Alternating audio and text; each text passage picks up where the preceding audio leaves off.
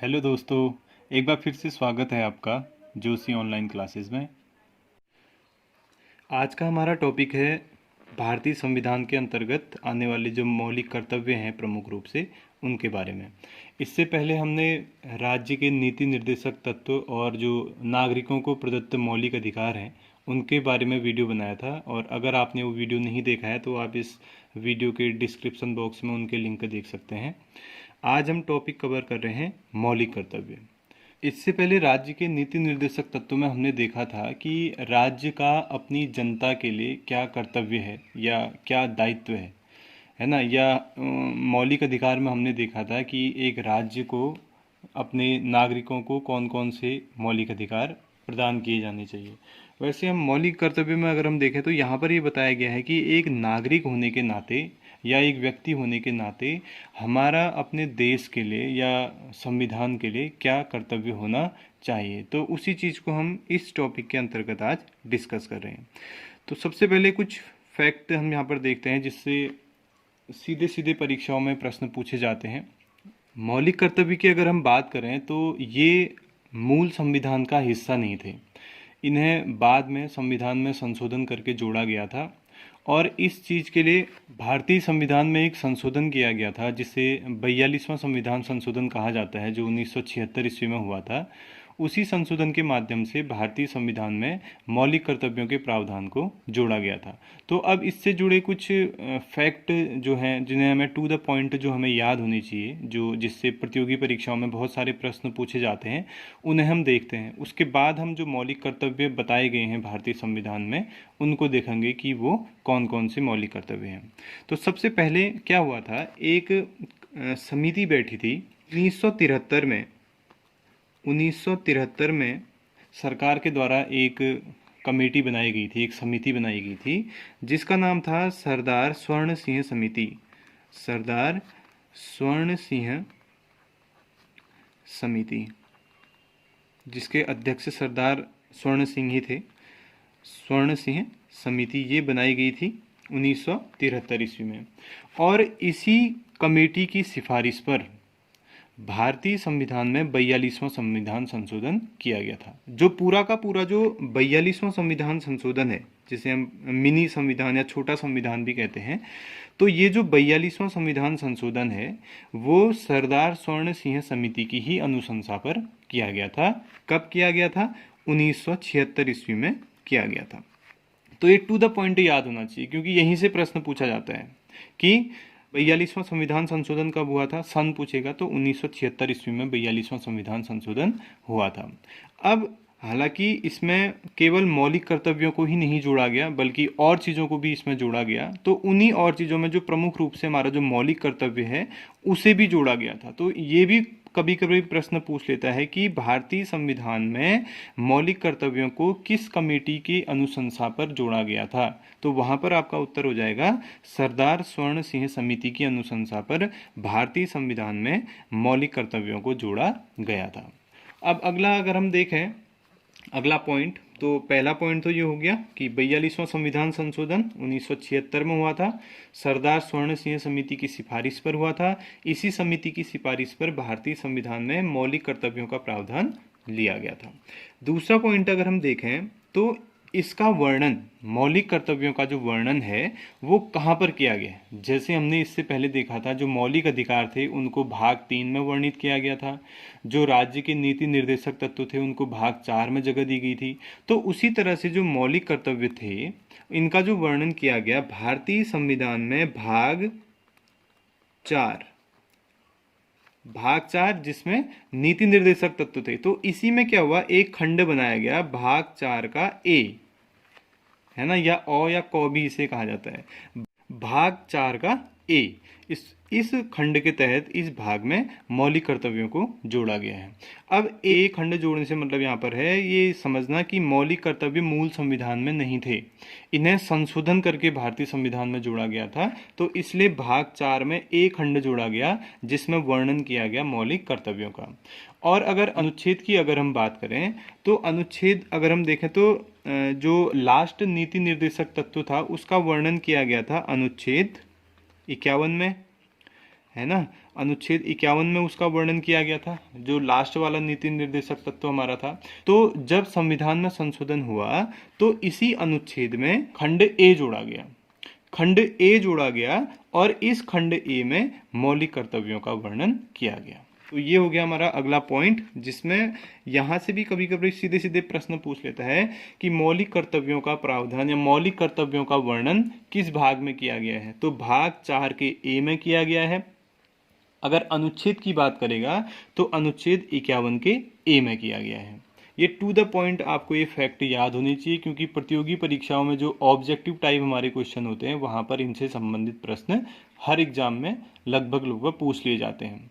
इसके बाद अगर हम देखें, अगला पॉइंट है हमारा मौलिक कर्तव्यों का जो प्रावधान है या मौलिक कर्तव्य जो भारतीय संविधान में जोड़े गए, उन्हें किस देश के संविधान से ग्रहण किया गया। इस तरह से भी प्रश्न कभी कभी पूछ लेता है कि मौलिक कर्तव्यों का प्रावधान भारतीय संविधान में किस देश के संविधान से ग्रहण किया गया है। तो आप ये ध्यान रखना, इसको 1976 में जोड़ा गया और इसको जोड़ा गया यूएसएसआर, जिसको वर्तमान में रूस के नाम से जाना जाता है। उस समय सोवियत संघ कहा जाता था 1976 में इसे, या यूएसएसआर। और अभी वर्तमान में जब 1991 में सोवियत संघ का विघटन हो गया था तो उसके बाद इसका नाम रूस पड़ गया था। तो एग्जाम में दोनों तरह से आपके जो प्रश्न है वो पूछे जा सकते हैं ऑब्जेक्टिव टाइप में। अगर ऑप्शन यूएसएसआर दे रहा है तो वहाँ पर यूएसएसआर आपका आंसर होगा, अगर यूएसएसआर नहीं है तो वहाँ पर रूस आपको ऑप्शन में मिलेगा, रूस आपका आंसर होगा। तो कहने का मतलब जो मौलिक कर्तव्यों का जो प्रावधान है वो भारतीय संविधान में रूस के संविधान से ग्रहण किया गया है। ये भी आपका बहुत इंपॉर्टेंट पॉइंट है, इसे भी आप याद रखिएगा। एक बार फिर से देख लेते हैं। 1973 में एक कमेटी बनी थी, सरदार स्वर्ण सिंह समिति उसका नाम था। इसी समिति की सिफारिश पर भारतीय संविधान में 1976 ईस्वी में 42वां संविधान संशोधन किया गया। इसी 42वें संविधान संशोधन से भारतीय संविधान में मौलिक कर्तव्यों के प्रावधान को जोड़ा गया। मौलिक कर्तव्य के जो प्रावधान है इनका वर्णन भारतीय संविधान में भाग 4 के ए में किया गया है, और अनुच्छेद की अगर हम बात करें तो अनुच्छेद 51 ए में इसका वर्णन किया गया है। और इसका प्रावधान, मौलिक कर्तव्यों का जो प्रावधान है उसे यूएसएसआर या जिसे वर्तमान में रूस के नाम से जाना जाता है, इस देश से इसे ग्रहण किया गया था। देखिए, रूस से ग्रहण करने का मतलब ये नहीं कि वहाँ से उठाया और सीधे भारतीय संविधान में शामिल कर लिया गया। वहाँ से केवल एक टॉपिक उठाया गया, मौलिक कर्तव्य का टॉपिक, प्रावधान उठाया गया, लेकिन उसके अंतर्गत जो कर्तव्य लिखे गए, जोड़े गए, वो भारतीय संविधान में ये जो सरदार स्वर्ण सिंह समिति थी इसने बनाए थे और इसके द्वारा वो जोड़े गए थे। अब अगर हम बात करें कि जो सरदार स्वर्ण सिंह समिति थी उसने कितने मौलिक कर्तव्यों को भारतीय संविधान में जोड़ा, तो जो सरदार स्वर्ण सिंह समिति थी जिसने 1976 में इस मौलिक कर्तव्य के लिए सिफारिश की थी, तो इन्होंने 10 मौलिक कर्तव्य बताए थे कि भारतीय संविधान में एक नागरिक के कितने कर्तव्य होने चाहिए, 10 कर्तव्य होने चाहिए, इन्होंने ये बताया था। फिर बाद में क्या हुआ, फिर से एक संशोधन भारतीय संविधान में किया गया जिसे 86वां संविधान संशोधन कहा जाता है। 86वां संविधान संशोधन जो 2002 में हुआ था, ये हमने मौलिक अधिकारों में भी पढ़ा था, राज्य के नीति निर्देशक तत्वों में भी पढ़ा था और हम इसे यहाँ पर भी पढ़े हैं। तो 86वां संविधान संशोधन हुआ था 2002 में, और वहाँ पर जब संशोधन किया गया तो फिर से एक और मौलिक कर्तव्य को इसमें जगह दी गई। तो इस तरह से 11, वर्तमान में अगर हम देखें तो वर्तमान में मौलिक कर्तव्यों की संख्या 11 है, लेकिन जब जुड़े थे 1976 में जब इनको जोड़ा गया था तो उस समय मौलिक कर्तव्यों की संख्या कितनी थी, 10 थी। तो अगर प्रश्न ऐसे ज़्यादा घुमा के पूछेगा तो ऐसे भी पूछ सकता है कि वर्तमान में मौलिक कर्तव्यों की संख्या कितनी है। वर्तमान में तो 11 है, ये तो आप याद रखिएगा। लेकिन अगर पूछेगा कि प्रारंभ में सरदार स्वर्ण सिंह समिति की अनुशंसा पर कितने मौलिक कर्तव्यों को जोड़ा गया था, तो उस समय आपका आंसर हो जाएगा 10 मौलिक कर्तव्यों को भारतीय संविधान में जोड़ा गया था। तो ये तो रिपोर्ट इसने दे दी सरदार स्वर्ण सिंह समिति ने, और इसी की अनुशंसा पर मौलिक कर्तव्यों को जोड़ भी दिया गया। उसके बाद क्या हुआ, फिर से एक समिति बनाई। इस समिति का नाम था CR ईरानी समिति। ये भी बहुत महत्वपूर्ण है, ये काफ़ी टाइम एग्जाम में पूछा गया है। अभी हाल ही में जो लोक सेवा आयोग का एग्जाम हुआ था वहाँ पर पूछा गया था इसके बारे में। तो इसको समझिए ये क्या है। एक समिति बनाई गई CR ईरानी समिति। इसका काम था जो मौलिक कर्तव्य जोड़े गए हैं भारतीय संविधान में उनको प्रभावी बनाना। तो प्रश्न वहां पर ऐसे पूछा गया था कि मौलिक कर्तव्यों को प्रभावी बनाने के लिए कौन सी समिति का गठन सरकार के द्वारा किया गया था, तो वो किया गया था CR ईरानी समिति का गठन, जो 1976 के बाद जब मौलिक कर्तव्यों को भारतीय संविधान में जोड़ दिया गया था उनको प्रभावी बनाने के लिए गठित की गई थी। एक दो फैक्ट इससे और भी आपके आते हैं कि 1976 में जब मौलिक कर्तव्य जोड़े गए थे उस समय इंदिरा गांधी भारत की प्रधानमंत्री थी। ये आपको याद रखना है कि उस समय प्राइम मिनिस्टर जो भारत के थे वो थे इंदिरा गांधी जी, भारत की प्रधानमंत्री थी। और ये जो संशोधन हुआ था आपातकाल के दौरान हुआ था, जिस समय भारत में आपातकाल लगा था 1976 में, तो उस समय ये संशोधन हुआ था और उसी दौरान जो है भारतीय संविधान में मौलिक कर्तव्यों का प्रावधान जोड़ा गया था।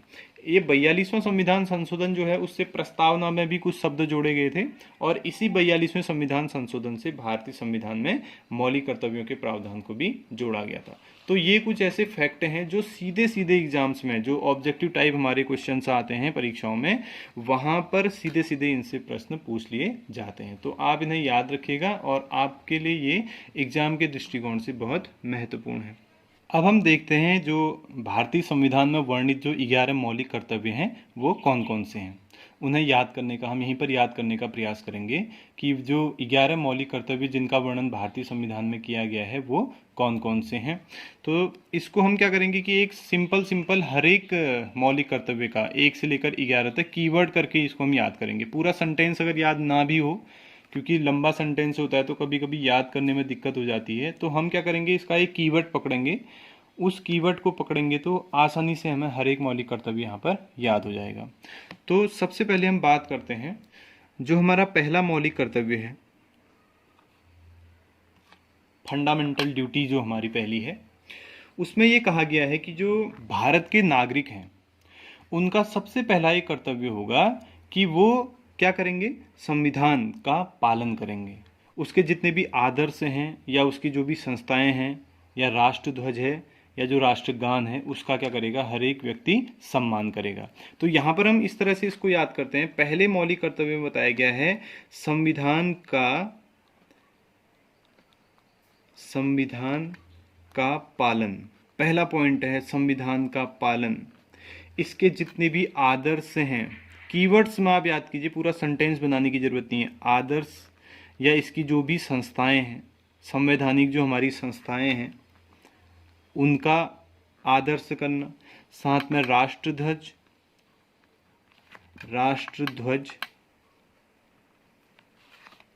राष्ट्रगान, ये कुछ हमने वर्ड्स यहाँ पर लिख दिए हैं। ये हमारे एक हम इसको देख सकते हैं कि कीवर्ड्स हैं हमारे।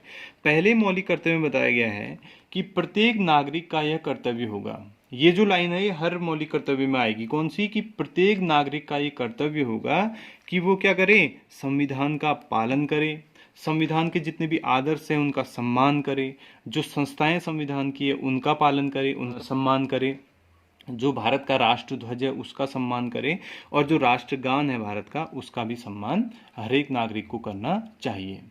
ठीक है, ये पहला मौलिक कर्तव्य भारतीय संविधान के अंतर्गत बताया गया है। ऐसे जो हमारा दूसरा मौलिक कर्तव्य है, अगर हम दूसरे मौलिक कर्तव्य को देखें तो इसमें बताया गया है, इसके लिए अगर हम एक कीवर्ड देखें तो इसमें कहा गया है कि जो राष्ट्रीय आंदोलन है, राष्ट्रीय आंदोलन, जितने भी राष्ट्रीय आंदोलन हुए हैं, राष्ट्रीय आंदोलन को प्रेरित करने वाले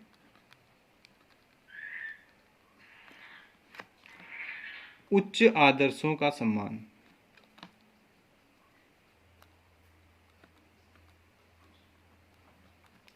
यहां पर ये बताया गया कि जो हर नागरिक है उसका एक कर्तव्य है कि जो राष्ट्रीय आंदोलन को प्रेरित करने वाले जो हमारे आदर्श हैं उनका क्या करे, वो सम्मान करे, उसे अपने हृदय में संजोए रखे। तो आप क्या करेंगे, इन दोनों को साथ में याद करेंगे। ये बहुत सरल है दोनों को याद करना। पहले में बताया गया है कि हर एक नागरिक का कर्तव्य है संविधान का पालन करे, उसके आदर्श, जो भी संविधान के आदर्श हैं, जो संविधान की संस्थाएं, उनका सम्मान करे, राष्ट्रध्वज का सम्मान करे, राष्ट्रगान का सम्मान करे। दूसरे में बताया कि जो राष्ट्रीय आंदोलन, जिससे स्वतंत्रता प्राप्त करने के लिए जितने भी राष्ट्रीय आंदोलन हुए थे, उनको प्रेरित करने वाले जो भी आदर्श हैं, उनको अपने हृदय में संजो कर रखे। तो ये दो आप साथ में याद कर सकते हैं। ऐसे जो तीसरा हमारा मौलिक कर्तव्य है, तीसरे मौलिक कर्तव्य में बताया गया है भारत की एकता, अखंडता, भारत की एकता, अखंडता, प्रभुता। अब इसमें क्या कह रहा है, तीसरे मौलिक कर्तव्य में ये कह रहा है कि जो नागरिक हैं उनको भारत की एकता, अखंडता और प्रभुता की रक्षा करना हर एक नागरिक का मौलिक कर्तव्य है, वो उसकी फंडामेंटल ड्यूटी है।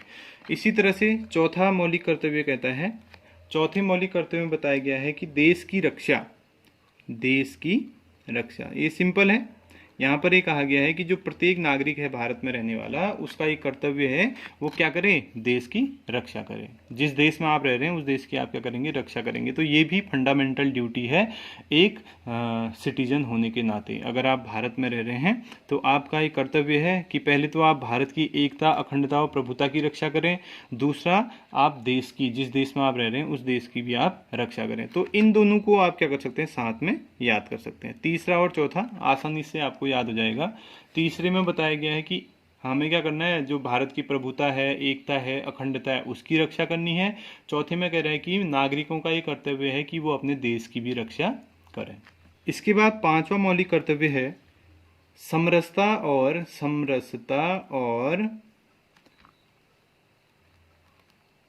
समान भ्रातृत्व।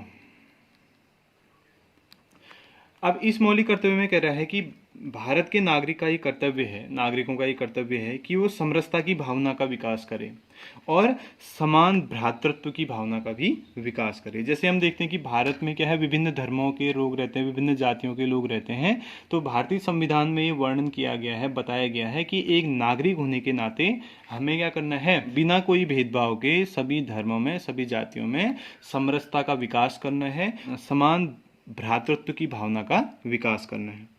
ये पांचवें मौलिक कर्तव्यों में यहाँ पर बताया गया है। क्या, समरसता और समान भ्रातृत्व का निर्माण करना। इसके बाद छठा पॉइंट है, इसमें कहा गया है कि जो सामाजिक संस्कृति है, सामाजिक संस्कृति और गौरवशाली परंपरा, ये वर्ड आपको याद रखना है, गौरवशाली परंपरा।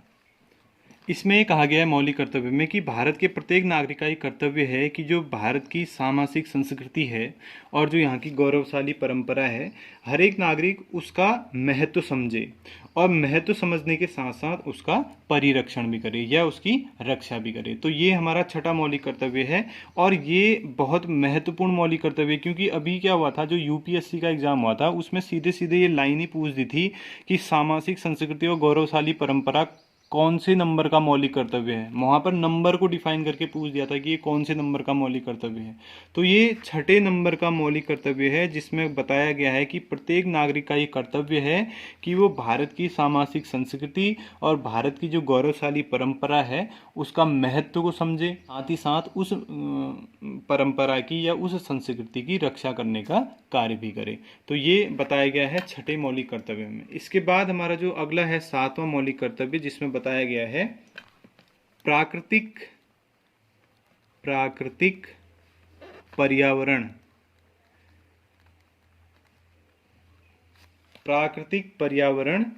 की रक्षा। ये भी बहुत सिंपल है। इसमें ये कह रहा है कि हर एक नागरिक का ये कर्तव्य है कि जो प्राकृतिक पर्यावरण है देश का, उसकी क्या करे, वो रक्षा करे, साथ ही साथ उसका संवर्धन करे। ये हमारा एक नागरिक होने के, भारत का नागरिक होने के नाते ये हमारा दायित्व है, कर्तव्य है कि हम अपने प्राकृतिक पर्यावरण की रक्षा करें और साथ ही साथ उसका संवर्धन भी करें। ये हमारा सातवें नंबर का मौलिक कर्तव्य है। इसके बाद आठवां जो मौलिक कर्तव्य है, वैज्ञानिक वैज्ञानिक दृष्टिकोण एवं ज्ञानार्जन की भावना का विकास। ज्ञानार्जन की भावना, ज्ञानार्जन की भावना का विकास करें।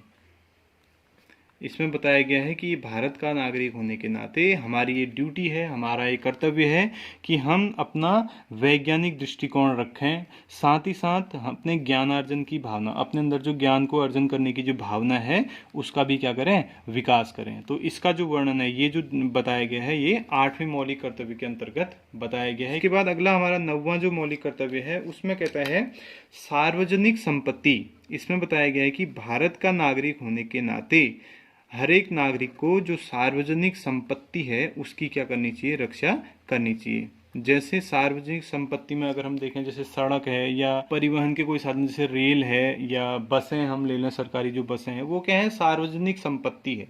तो उसका हमें क्या करना है, रक्षा करना है, उसको हमने सुरक्षित रखने का प्रयास करना है।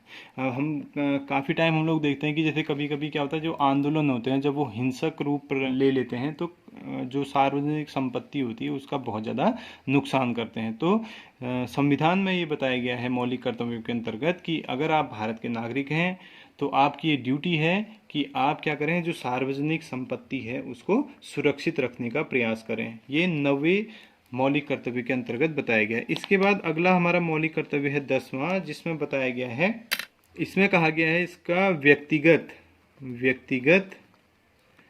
एवं सामूहिक, व्यक्तिगत एवं सामूहिक गतिविधि के बारे में, व्यक्तिगत एवं सामूहिक गतिविधि के बारे में। इसमें कहा गया है व्यक्तिगत एवं सामूहिक गतिविधि के बारे में कि हर एक नागरिक का ये कर्तव्य है कि वो व्यक्तिगत और सामूहिक जो गतिविधि होती हैं उसमें निरंतर आगे बढ़ने का, ठीक है नहीं, आगे बढ़ने का क्या करना चाहिए, प्रयास करते रहना चाहिए।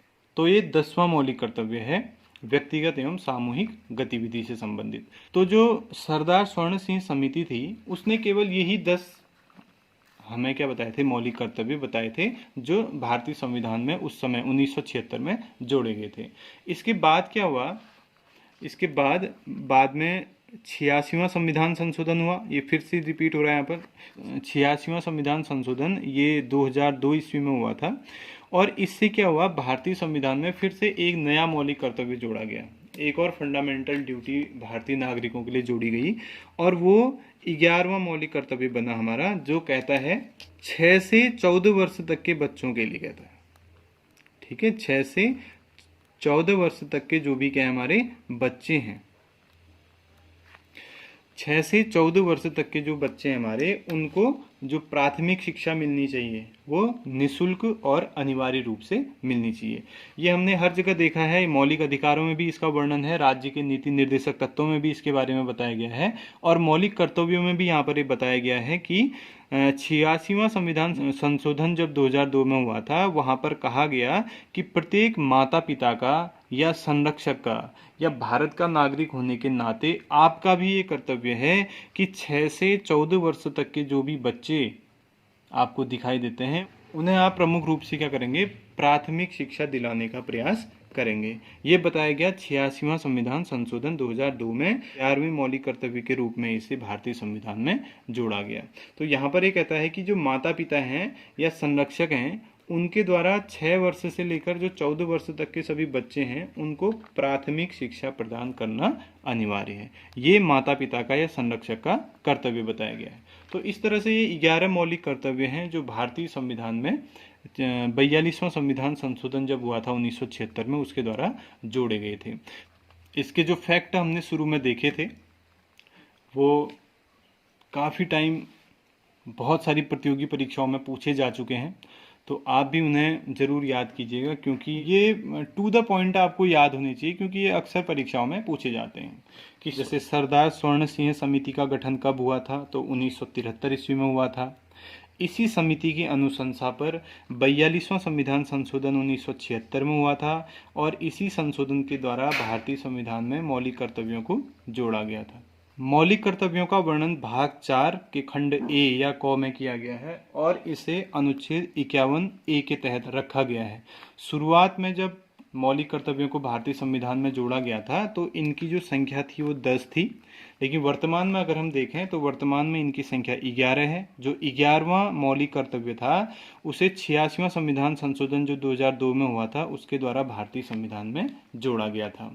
जो इसका प्रावधान है, मौलिक कर्तव्यों का जो प्रावधान है उसे भारतीय संविधान में रूस के संविधान या यूएसएसआर के संविधान से लिया गया था और मौलिक कर्तव्यों को प्रभावी बनाने के लिए बाद में CR ईरानी समिति का गठन किया गया था, जिसने मौलिक कर्तव्यों का जो प्रचार प्रसार था वो पूरे देश में किया था।